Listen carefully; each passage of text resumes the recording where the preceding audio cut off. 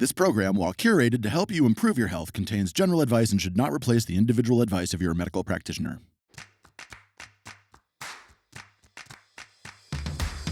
And I think we need to create our own standards because ultimately that'll be healthier for us when we use fewer products and we know more about the products that we actually use.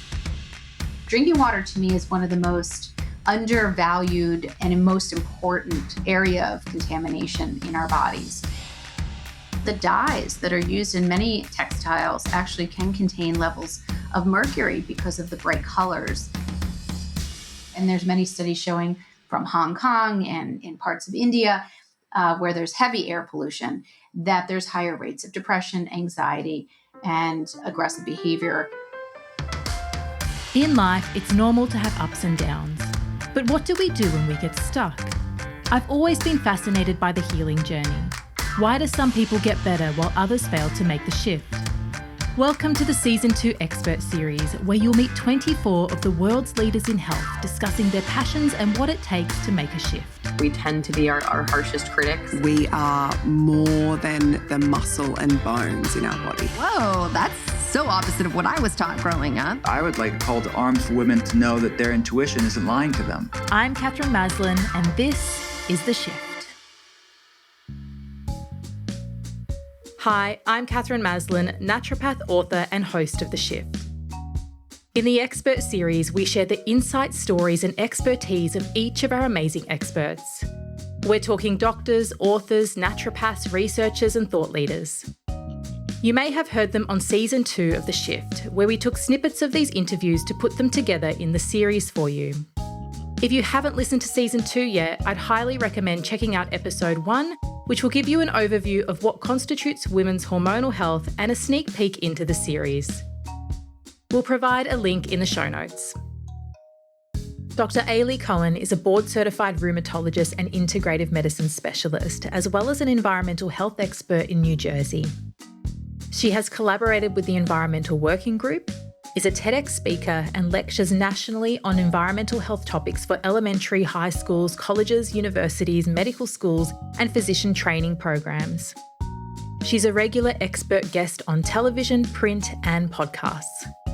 Dr. Cohen has been the recipient of many awards, including Top Docs New Jersey in Rheumatology for 6 years running, the New Jersey Healthcare Heroes Award in Education for her Smart Human educational platform, and the Burton L. Eichler Award for humanitarianism. Dr. Aly Cohen is the co-author of the bestselling consumer book Non-Toxic, Guide to Living Healthy in a Chemical World, and the co-editor of the textbook Integrative Environmental Medicine, published by Oxford Press. Dr. Cohen is working to educate and empower the next generation to make safer, smarter lifestyle choices through the creation of environmental health and prevention curricula for schools nationally. She's a 2-time expert on The Shift, and I enjoyed this interview just as much as the first. We deep dive into what is impacting us toxicity-wise right now, and so much more. Let's get stuck right in. Aly Cohen, it is such a pleasure to have you back on Season 2 of The Shift. Now, we spoke about a year ago when we were looking at gut health in relation to environmental toxicity. And I want to know what has been happening in your world since we spoke a year ago. Wow. First of all, COVID, to say a few things, the world has changed really quite rapidly and mysteriously. So, up until the time of, March, things are really moving along. I'm getting a lot of interested parties in wanting to learn more about environmental chemicals, endocrine disruption. And I think it's really making its way into the forefront of people's minds and certainly in popular media, as you're probably well aware. So a year later, I'm still pushing the science, the robust science internationally on these chemicals. And then most importantly, what are we going to do about it? And that's a lot of what, where my book comes into play, which is coming out soon, as you know. Where are the answers? Why is it? It can't just be doom and gloom. It's a matter of, well, what are we going to do personally and also globally to make our bodies healthier? So let's talk about some basic stuff for people who are new to this field. Tell me, what is environmental medicine? So environmental medicine, or as I would call it, environmental health, is really the impact of the environment, aspects of the environment on human health. For instance, air pollution. how does air pollution affect not only our lungs, our oxygen content, the inhalation of particulate matter, which are very tiny pieces of pollution, but what does it do for depression? I mean, we know there's associations between air quality, increased rates of suicide, increased rates of pollution, and also aggressive behavior and admission into psych wards. So environment plays a key role in many of our physiologic functions: air quality, water quality, food chemicals, flame retardant chemicals in our furniture, and other chemicals that are embedded into fabrics and textiles. But we have a whole host of other chemicals, from personal care products to cleaning products. And of course, we have different regulations around the world between countries. I can speak to only the United States in terms of our lack of regulation, but that's really what environmental health is. It's really being aware of that connection. Why do you think there's so much research in this area, but such a lack of awareness about it? You know, it's interesting. I always talk about my journey coming from, even as a doctor, even 10 years into practicing medicine, having never heard of environmental health or understanding that chemicals that we use every day in everything we do, from cleaning, cooking, eating, drinking water, that there's actually very limited regulation.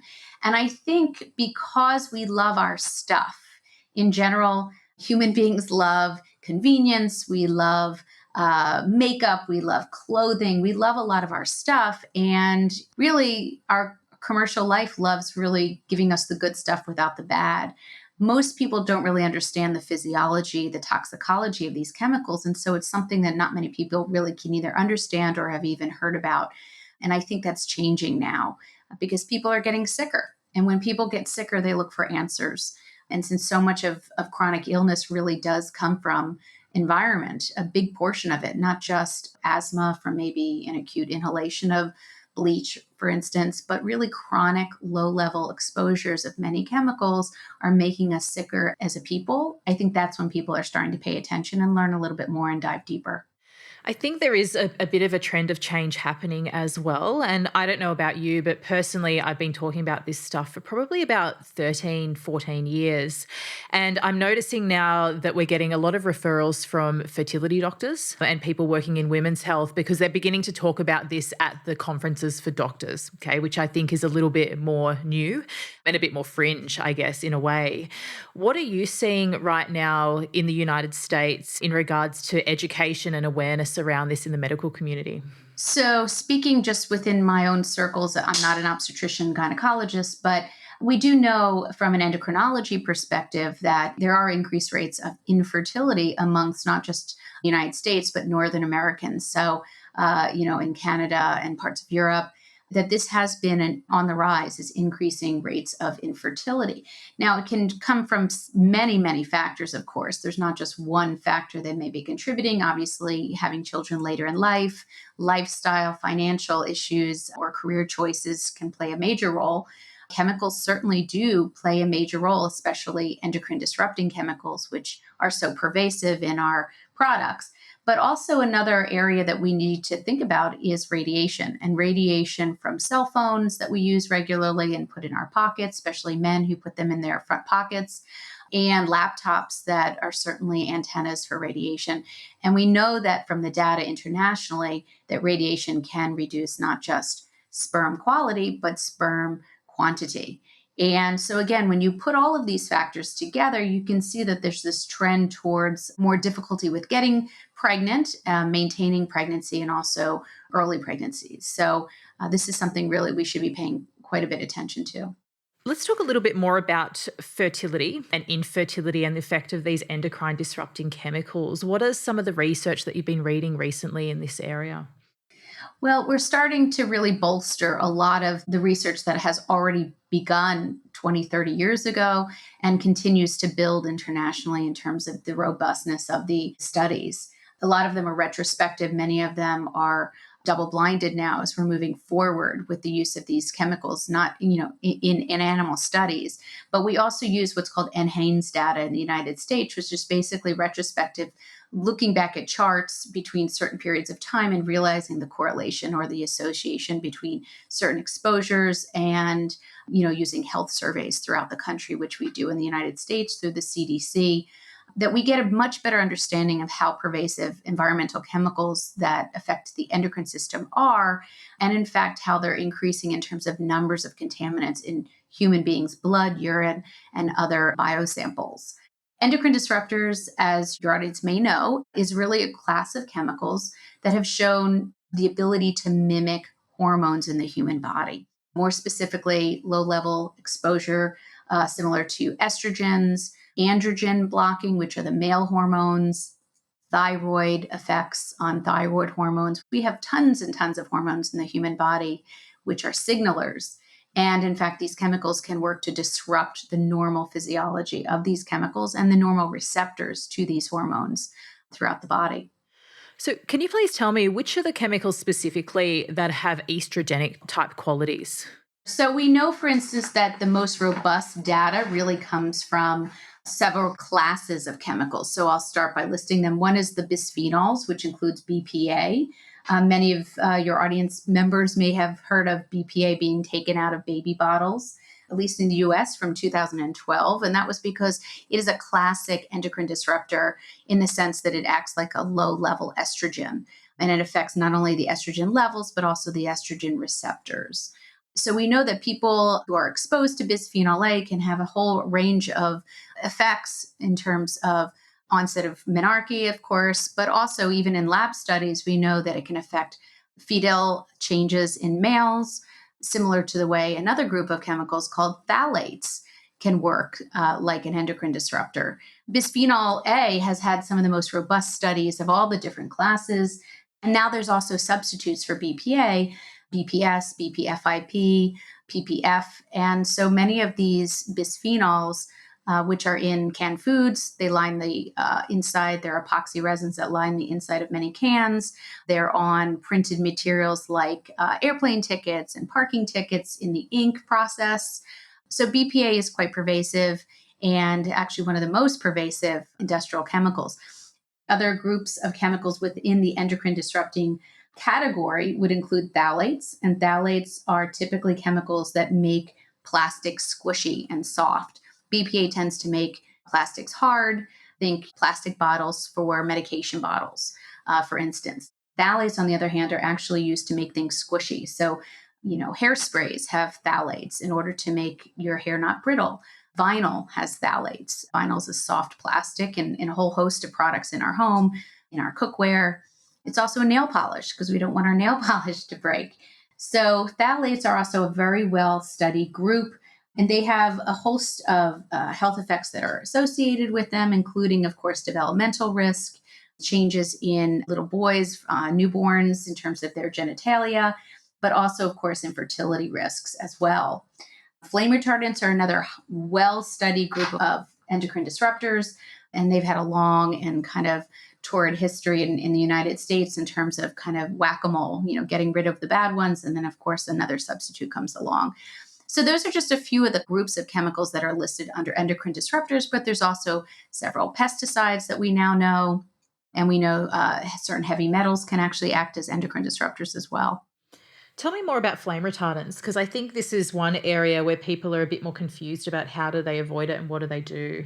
Flame retardant chemicals, originally were added to, in the United States around 1975, they were originally added to fabrics, particularly household furnishings, to basically decrease the ability of flames to take hold and to add about a 12-second time period of smoldering before they would start, for instance, a couch on fire. If someone were to drop a cigarette on the couch, it's in the foam, it's interiorly. It turns out that these flame retardants that were infused into home furnishings really are pervasive. They don't break down over time, and they actually end up in the blood samples of Americans. And in fact, the United States has some of the highest levels, California in particular, given that it was originally a California law. Turns out also that the tobacco industry had a very big hand in pushing flame retardant chemicals into the manufacturing of home furnishings so that they would, in fact, not need to change the formulation on their cigarettes. And this came out in the Chicago Tribune several years ago when they uncovered all of the internal emails and letters and communications showing that, in fact, this was a big cover-up. It turns out that flame retardant chemicals do not, in fact, reduce risk of fire injury and, in fact, could make it worse. And we know this now from firefighters now managing these chemicals in their daily work. And in fact, the law was reversed. So in 2013, the original legislation called TB 117 that was originated out of California was in fact reversed. And now couches, for instance, that do not have flame retardant chemicals by choice, because again, it is by manufacturing choice to not add them, will have a label that says TB 117 2013. And in fact, that's what your listeners and many people should look for if they're looking for a new couch without those chemicals in them. What other kind of things can flame retardants be found in? So flame retardant chemicals can be found in computer casings, cables, and other textiles, even baby car seats. In fact, that's in the United States, that's covered under the Federal Transportation Department. So in fact, flame retardant chemicals have not been removed from car seats in the United States, but they have been removed from many products that are used with babies, such as pillows and certain mattresses, but they do need to be watched for carefully, especially if products come from overseas. And this is where I think a bit of education around when you buy new things, how do we actually prepare? And I think sometimes people will go to the shops and they'll get some new clothes and then they'll be like, oh, well, I can just wear them immediately. Whereas my thing to my clients is always, make sure that you're washing your garments before you wear them, because if it's not flame retardants, there can be other chemicals that are put for storage or to stop them from, getting contaminated or that kind of thing. Is that the type of thing that you would advocate as well? Yes, absolutely. When we receive materials, wherever they're manufactured, they go through a series of chemical washings. And so not only for cleanings, which have detergents, but also the dyes that are used in many textiles actually can contain levels of mercury because of the bright colors. And we just really want to make sure that any of the chemicals, even fragrances that are added to fabrics to make them more sellable, are washed out as best they can before wearing. Okay, let's talk about fragrances. Okay, well, fragrances. So fragrances are pervasive. They are almost like Coca-Cola in the sense that they're proprietary, at least in the United States. And so really, you can't really find out much about fragrances. Often products, even cosmetics, will say perfume or fragrance in the label. And we do not get to know what those ingredients may be. And they could be up to 300 additional chemicals under the name of just perfume or fragrance. What's interesting about fragrance is that they often contain phthalates, specifically because phthalates are a type of chemical. We know that they're in plastics, but they also are a type of chemical that extend the shelf life of a scent. So perfumes often contain quite a bit of phthalate, and certainly anything that contains, cosmetics, personal care products, particularly, laundry detergent. These are the type of products where odor is marketable, or I should say scent is marketable, sellable. We see that on the TV, let's spray some of this chemical so that we don't have to smell someone's dirty soccer shoes or leftovers that have been sitting on the counter. And then really, these chemicals get into our system quite readily, just as oxygen would when you breathe in. I think that's what a lot of people may not realize is that, sure, if you're eating something or putting it on your skin, it would make sense that it could absorb. But tell me about how we get toxins in actually through breathing and through our lungs. So we have many routes besides our lungs. I'll list a few where chemicals get into the human body. And some of them you may not even be aware of. But we certainly have breathing, which is something we can smell usually, but not often and not always, especially in areas where manufacturing occurs and you don't really smell the odor in the downstream air currents. But we get that through oxygenation. These chemicals ride along into our lungs, and we can actually measure levels of various inhalants. In fact, there's studies that have gone on with air pollution and certain particulate matter. Even in New York City, for instance, they put backpacks on pregnant women to measure the air pollution that they themselves are breathing in, but also possibly fetal inhalation, believe it or not, through the bloodstream. Second way that we often get chemicals into our body is certainly through ingestion, whether it's drinking water with contaminants or with eating food that has any number of food processing chemicals. In this country, we have over 3,000 food additives, which include coloring, preservative, chemicals for mouthfeel or crunch. There's actually chemicals that are added to make you crunch more. There are vitamins that are added. And we also have microplastics and a variety of contaminants that get into food that we didn't want or ask for. So ingestion is a big way of getting chemicals in, and drinking foods or drinks from canned foods. Of course, we get a large amount of BPA or bisphenol A from food packaging. And so that's something to keep in mind is where do you buy your food and how do you want it packaged and how do you even want to carry your food, whether it's in plastic or stainless steel. But we also get exposed through the skin, through cosmetics, through cleaning products that we touch without gloves on or protection.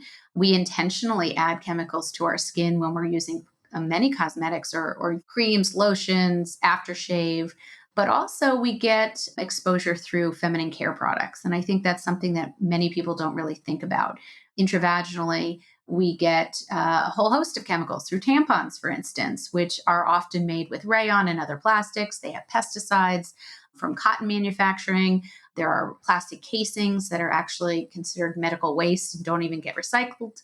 So there's a variety of chemicals that get through into our system through that location. And I think young women that are developing really should be paying attention, since they will be using a number of feminine care products throughout their lifespan.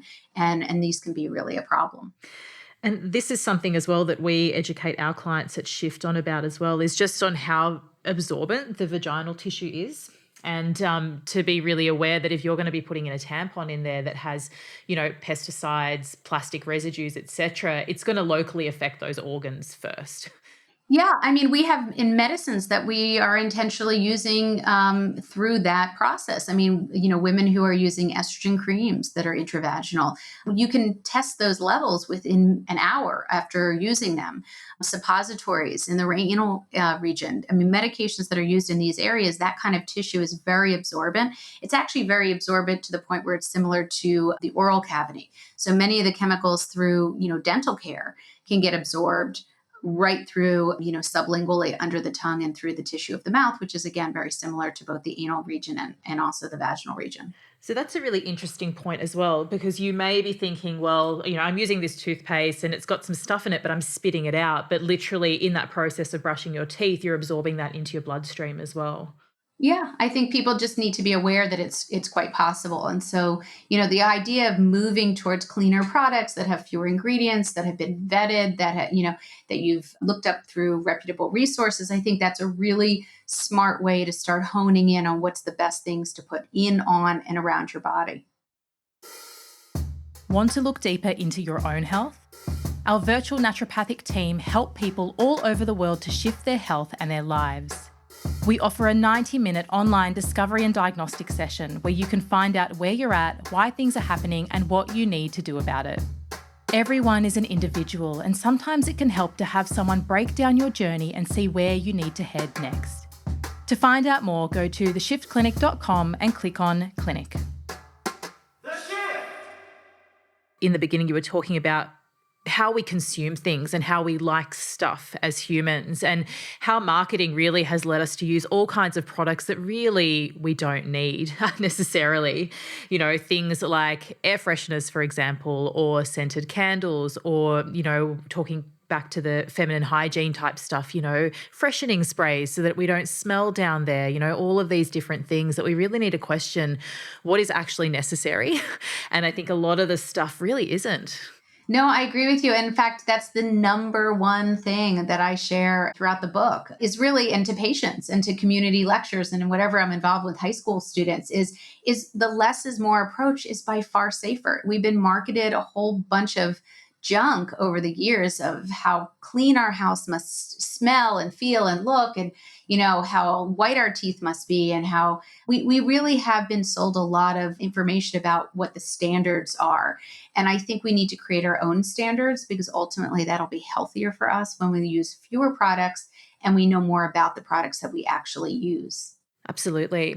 So if you had to kind of start at the top, okay? So let's say you're the average Western person in Australia or America or the UK. You're using all these products. You have the makeup, the, body wash, all of the stuff. Where do you recommend people start? So I start with number one, don't buy it to begin with. In other words, start with your home environment and say to yourself, do I really need an air freshener, carpet cleaner? Do I really need all of these added cleaners? Because I think by not purchasing them, you not only save money, but you also save yourself from all of the chemicals that not just dry off and evaporate into your home, but they end up in the dust in your home. Your pets are licking their paws and they're getting these chemicals on their paws and into their bodies. Your children, when they're playing with toys, will often have dust on things that they pop into their mouth. So I say the less is more approach. As I mentioned, don't buy it to begin with. Don't buy too many cleaning chemicals and just limit yourself to just a handful, maybe even fewer than a handful. You can make cleaning products, for instance, from just Castile soap, from white vinegar, real lemon juice, sea salt for scrubbing. In addition, other low-hanging fruit that I think about is, well, what are we eating and drinking? Because if we can limit the amount of chemicals that we get just from eating and drinking, that's a huge amount of chemicals, particularly drinking water. Drinking water to me is one of the most undervalued and most important area of contamination in our bodies. And it's something that I really do feel strongly about. I feel that everyone really should filter their water. And there's a variety of types of ways to do that. But, I really think that the most aggressive way that you can clean drinking water is through a process through reverse osmosis. And these are not expensive setups anymore. They only run a couple $100s. You can also use pitchers that are carbon filters. And we go through each of those and where you can really look them up and get good products. But filtering water, especially in our country where there's just so limited regulation, there's only 91 chemicals in the United States that are actually managed, regulated at treatment plants under the Safe Drinking Water Act of 1974. So we're using old laws to manage chemicals that are up to almost 90,000 that can get into our drinking water. So I really emphasize filtering your water and doing that well, carrying your water in glass and stainless steel. Food as well. Food can be cleaner. I think many of us know how to do that, but really sticking to less processed foods is a good way to start. And then also I talk about habits, really working on habits, things you do every day. So I drink tea every morning. I happen to not be a coffee drinker, but a really avid tea drinker. And I've figured out that really heating tea that's not organic up to very high temperatures is probably going to release a lot of chemicals from growing, from manufacturing, all the pesticides. And so I look to cleaner products for things that I do every single day. And I think that's a good place to start. Can you talk a little bit about the contaminants that are found in water?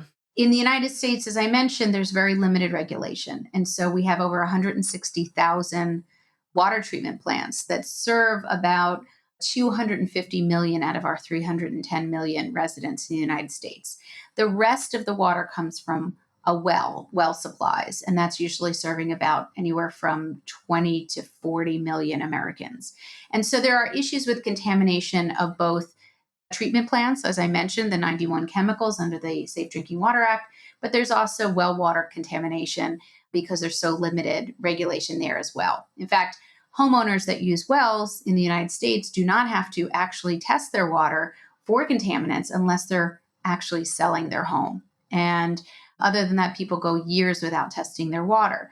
So we want to really think about what gets into our drinking water. It can come from anything that falls into bodies of water that will go into these water treatment plants. For instance, lakes, streams, and under the ground is the aquifers. So we have farming chemicals, we have manufacturing chemicals, we even have sewage. Believe it or not, sewage is turned into drinking water and returned to treatment plants. So the things that do not come off of the treatment plant filtration are medications. We know estrogens like oral contraceptives, antidepressants, blood pressure medications, antipsychotics.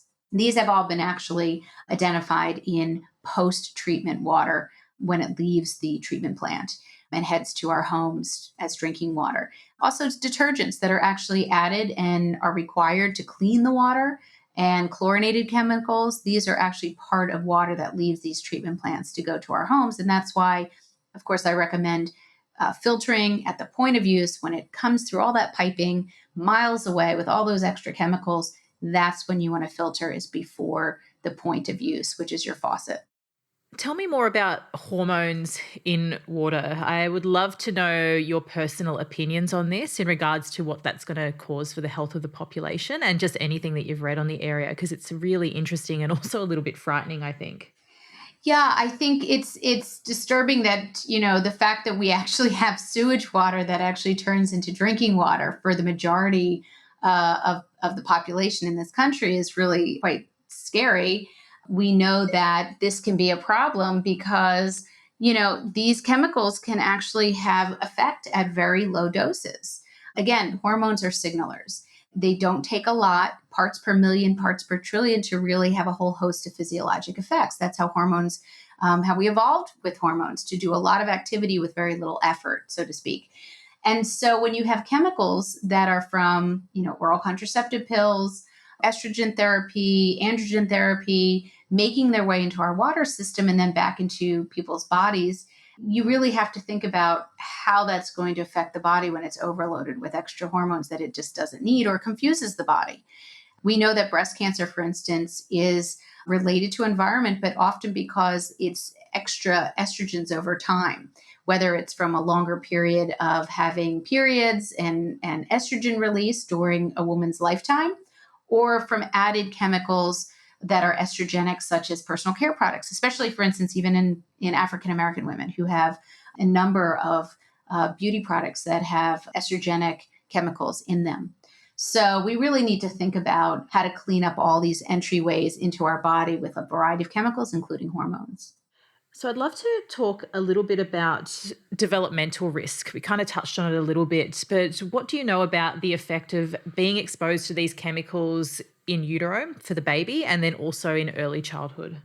So there are various findings for different chemicals. And so I don't want to lump them entirely all together, but we do have robust information, for instance, on phthalate chemicals. A lot of this work was done by Dr. Shauna Swan. We know that phthalates, for instance, can affect a newborn baby's genitalia and cause a reduced what they call anogenital distance, which is the distance between the anus and the genitalia, the base of the penis. And we know that that is a finding that's consistent with exposure to phthalates. There are also cryptorchidism and other deformities of the male infant, and that can be, quite frankly, from exposure of the mother to these phthalates during development. So we really need to think about, helping moms understand their exposures, because when people understand where these come from, they want to make a very strong effort to avoid them. Other things that are of concern may be things like iodine, chemicals that affect iodine level. We know that prenatal vitamins should have a certain amount of iodine, but many women do not end up taking prenatal vitamins, and we don't have a lot of iodine in our diet anymore since it was removed from bread, and sea salt doesn't actually contain iodine. People don't realize that. So we do need to get it from an outside source, particularly a prenatal or from diet, but iodine is really key to brain development in infants and cognition. And so that's something that we need to think about, not just chemicals, but also nutrition and which chemicals block iodine, which there are a variety of those as well. Can I ask a huge favor? If you like this podcast, the very best thing that you can do to support us is to leave a review on Apple Podcasts or a rating on Spotify. This will help to push us up in the charts, which gets us into the ears of more people just like you that are also trying to make their shift.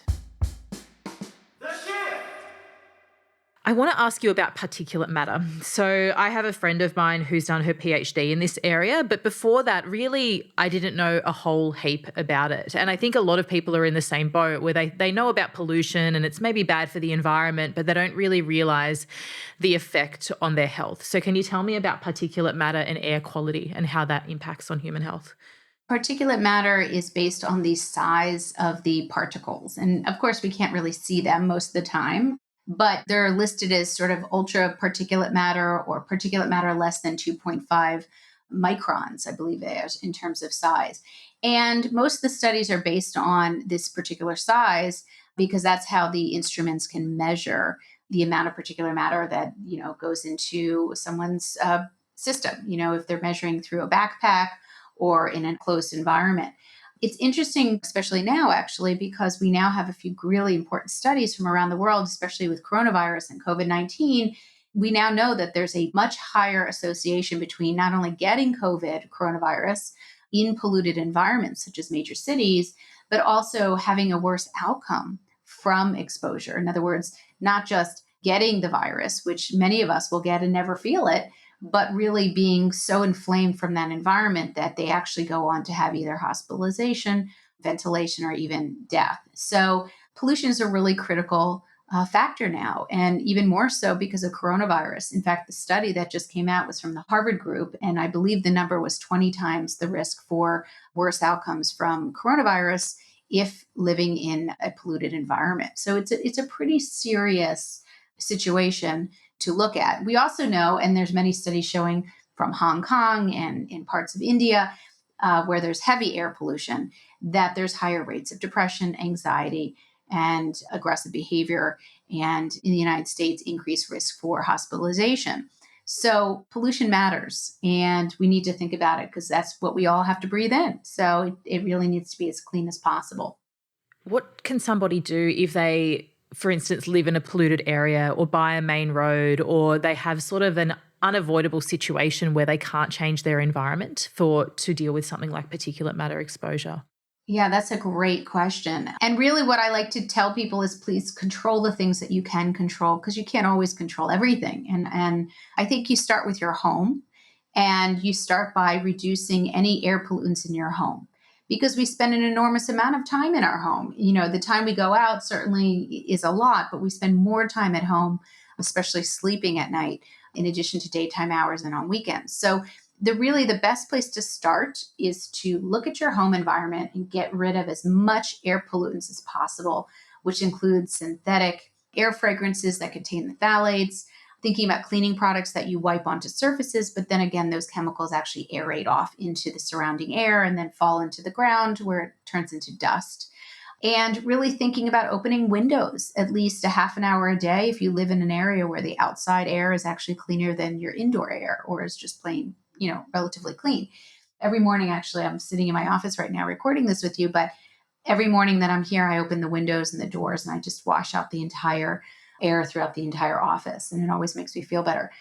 But again, removing things that cause problems, also getting plants. Plants have a remarkable ability of really cleaning the air through photosynthesis and even through contaminants that land on their leaves.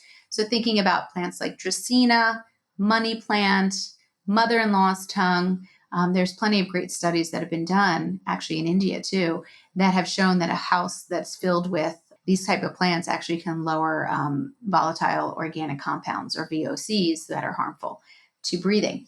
Outside is difficult. We can't always control the legislation, although we can vote, of course, vote for people that are environmentally supportive and proactive and are really working to clean up our air quality. That is something we can do and vote for with our dollars as well. But I also recommend for people who commute to get an air filter within their car and to use recycled air within the car when they're driving, so that they can reduce the amount of contaminants that come in through the venting. Can you think of any research that's been done around menarche and the age that girls are getting their periods? Because it seems that more and more kids really these days are getting their period. I had a client just a couple of weeks ago and her daughter had just got her period. She was 9.5 years old. I think that's moving to becoming more of the trend, believe it or not, more than the exception. And I would go on to say that African American young girls are actually having the greatest change in the start of menarche. And that's believed to be related to some of the products that are marketed and used by young African American girls. And that would include hair relaxers, hair dyes, and many of the chemicals that are used to relax hair amongst African American girls is made with placental chemicals used from actually a placenta. And so there's estrogenic compounds in that material. So this is something that's really worrisome. And since girls of all ages are using a lot more products than maybe you and I did when we were growing up, because there's just many more billions of a company's worth of marketing going on, we really want to think about that, because the younger you are exposed to estrogens, in other words, the earlier you start menarche, The longer you're exposed throughout your lifetime, generally speaking, until menopause, that contributes to a higher risk of developing breast cancer. And actually, a recent study I wanted to tell you about was in not that long ago, 2019, there was a study that was really made quite a lot of noise that looked at hair products amongst African American women and white women and showed that hair dyes and hair relaxers were actually increased risk for breast cancer. And in fact, among African American women, hair dyes, they had a 45% increased risk versus white women who had just a 7% risk in developing breast cancer from using hair dyes. So I think we want to reevaluate, how necessary. I mean, I color my hair too. And so this is something that I've had to really think about. But I bleach my hair. I mean, it gets lighter in terms of blonde, but it's not a darkening agent that has a lot of aniline dyes. But really, all of it needs to be thought through. And it's something I'm considering myself in terms of changing my behaviors. So tell me about your new book. Tell me, who is it for, and how did you actually get into the environmental medicine world? Because I know that you're a board certified rheumatologist, but tell me what has been the journey with that. So the journey was rather interesting because I never asked to be in this world, and I just was sort of pulled into it because about, I would say at this point, 10 years ago, my golden retriever dog, who was my firstborn, my puppy, had him before my kids. He actually got quite sick when he was about 4.5 years of age. And I thought he swallowed a sock. I really didn't think much of it, and he wasn't breathing well. And when we took him to the vet, it turned out he had, believe it or not, autoimmune hepatitis, which is his body was fighting himself. It was an autoimmune disease. And he had really the liver the size of a golf ball at the time that we discovered this. And it was heartbreaking because not only does this type of autoimmune disease not typically affect dogs, but it rarely affects golden retrievers. And so my husband at the time, the two of us were both physicians, and we were looking at each other like, where did this come from? Is it his dog food? Maybe his food is contaminated, because there had been some dog contamination issues with dog foods and treats. Was this his drinking water? What about his drinking water we were giving him? Was it the pesticides? Since we live on a farm in New Jersey and we're surrounded by tons of pesticides from farming. Or even the toy that was in his mouth always, red rubber toy. That's one of the most popular dog toys. And so what ended up happening is we nursed him through, I would say, about another 4 months of life. And as I was, trying to take care of him and prolong his life in a reasonable, non-painful way that had meaning, I was researching. And I discovered so much about the lack of regulation of so many products that we use every day. And it was more on humans than it was on animals, because there's so much less in terms of chemical contamination with animals than there is with humans, at least 10 years ago even. And so the more I discovered about humans, the more I was just dumbfounded. And I couldn't believe I had not learned any of this in medical school. I'd never heard about endocrine disruption. I never heard about plastic chemicals leaching into our bodies. And so it really just kind of empowered me to keep moving forward, keep learning, and branched in a whole host of different ways into curriculum writing, into teaching colleagues, physician colleagues, writing CME, working with Environmental Working Group and a bunch of really important, respected organizations. And, just one thing led to another. I started working with Dr. Andrew Weil, who I trained with and spent 2 years working with him. And then I started to explore the connection with EWG and Andrew Weil's group. And I was offered the opportunity to write the textbook, or to co-edit and collaborate, but to write the textbook on Integrative Environmental Medicine, which is the 13th book in their series of Integrative Medicine academic series.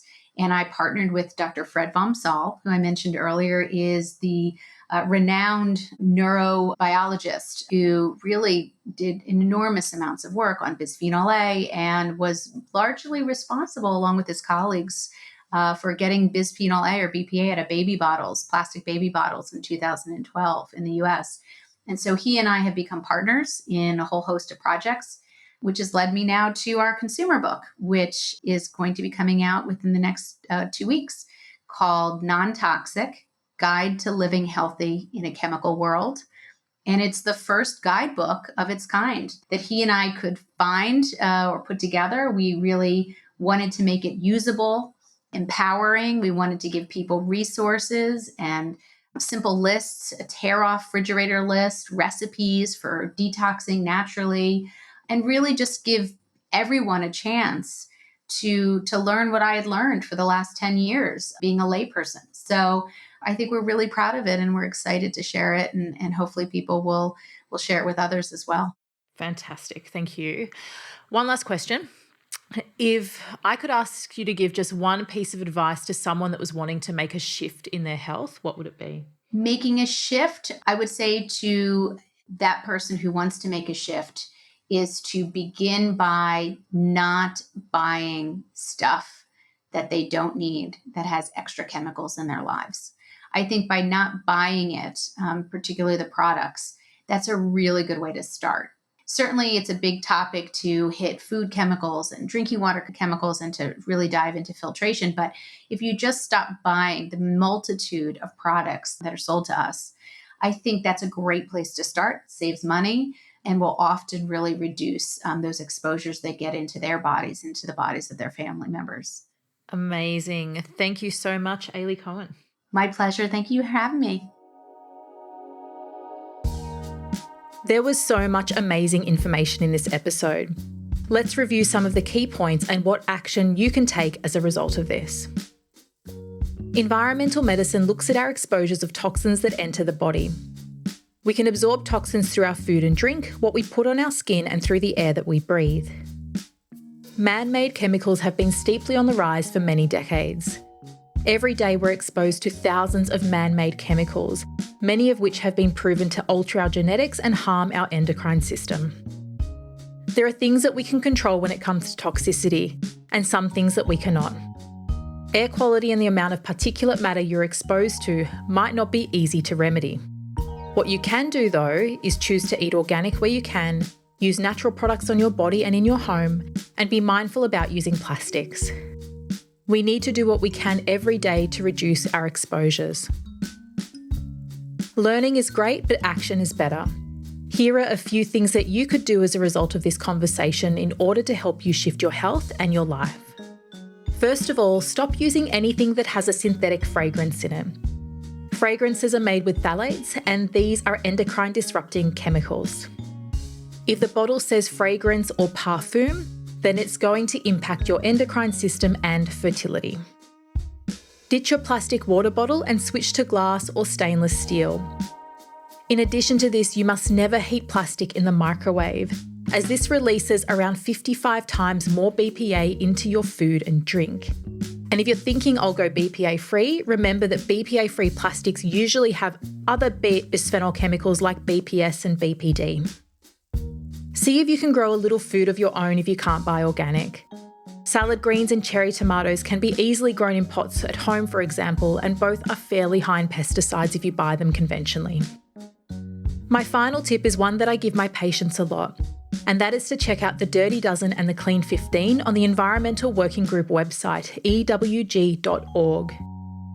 If you can't afford organic or get access to it, this shows you the 12 fruit and veg highest in pesticides to avoid and the cleanest 15 that are fine to have if you can't buy organic. Thank you once again, Dr. Cohen, for joining us on the Shift podcast. You can learn more about Dr. Aly Cohen and check her out on thesmarthuman.com or follow her on Instagram @thesmarthuman. If you like this episode, please let us know by sharing on social media, tagging Dr. Cohen, myself, or the Shift Clinic so that we can hear what you have to say. Or you can leave a comment on Spotify or a review on Apple Podcasts. In our next Expert Series episode on The Shift, we have Dr. Andrea Huddleston, a women's health expert and integrative chiropractor. She is such a wealth of information, so make sure you tune in. Coming up on The Shift. I think that our current lifestyles are just not conducive for optimal health and optimal hormonal function.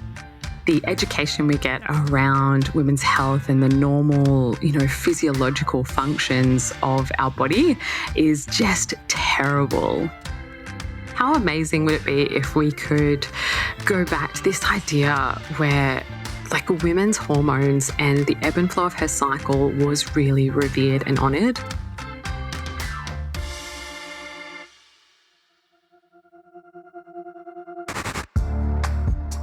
series is a production of the Shift Clinic. Hosted by Catherine Maslin. Music and sound design by Shade Furlong. Thank you to all of our experts. For more details on them, go to theshiftclinic.com.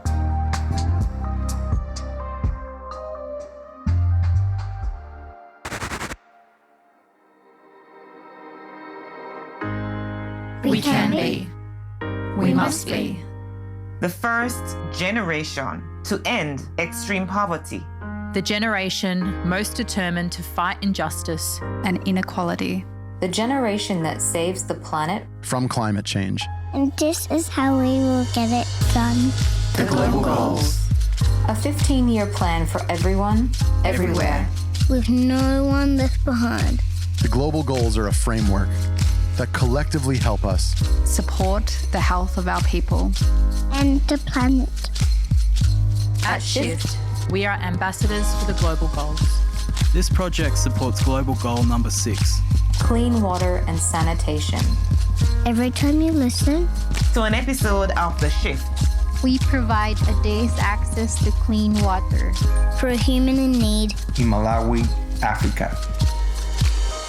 Water is the foundation to health, and we believe every human should have access to clean, healthy water.